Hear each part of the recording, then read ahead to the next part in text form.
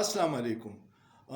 یو درې څلور ورځې مخکې په دې پیښور کې په رنګ روډ یو ډېر افسوسناکه واقعه شوې وه او ما خو چې د هغې هغه ویډیو وکتو نو د خفګان نه مې زړه نه کېدو چې په دې څه خبره وکړمه، خو ډېرو دوستانو وویل چې جی واقعه ډېره اهم ده، لږ تفصیل یې ووایې.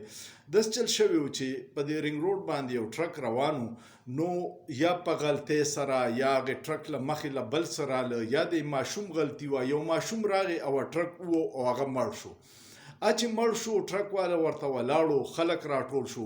په دې کې چې د ماشوم هغه کور والا راله، رشته دار راله، هغوی په هغې ټرک په ډریور تشدد شروع کړو او تشدد داسې حد ته لاړو چې په کاڼو کاڼو یشتل شروع کړو، دا غټ غټ کاڼي وله د املا له سر له راغورځول او هغه غریب چغې والې فریاد کوو، خلک دنیا ولاړو، هېڅ چا ترې نه خلاصو او په دې کې د هغه نه هم ساه ووته. اوس دا زموږ د معاشرې دومره یو عجیبه رویه وه. د دې ټرک ډرایور چې دی د ده خو نه د دې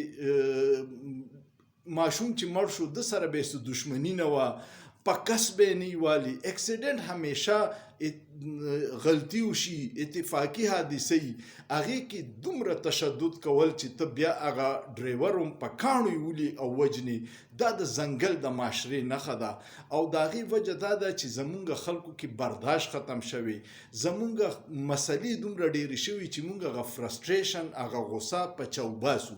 بل د قانون احترام خو په دې ختم شوی چې عدالتونو کې فیصلې نه کیږي او د خلکو د آئین او قانون نه یرم ختمه شوی. ته جرم وکړه، ادارو له پولیس له عدالت کې پیسې ورکړه، ته به خلاص شي. نو اړو د خلک د دې شیزونو پروا نه کوي. نو دا ډېره افسوسناکه واقعه وه.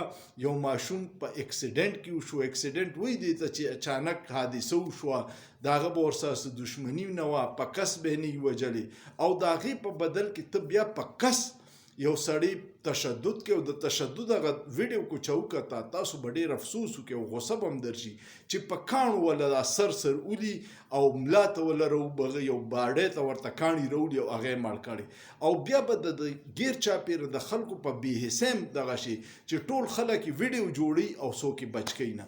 نو دا یو افسوسناکه واقعه وه چې په رنګ روډ شوې وه. تاسو ډېر دوستان دې نه خبر، زما پې زړه نه کېدو چې زه پې څه خبرې وکړم، خو ډېرو دوستانو ډیمانډ وکړو د خدای دپاره برداشت کوئ، څه چې وشي هغې نه نور بیا مسلې جوړ شي. اوس چې دوی دا ډریور رضا کوي نو یا به ورسره جایداد ورکوي یا به جګړې کوي، څه به کوي او ځان به خلاصوي.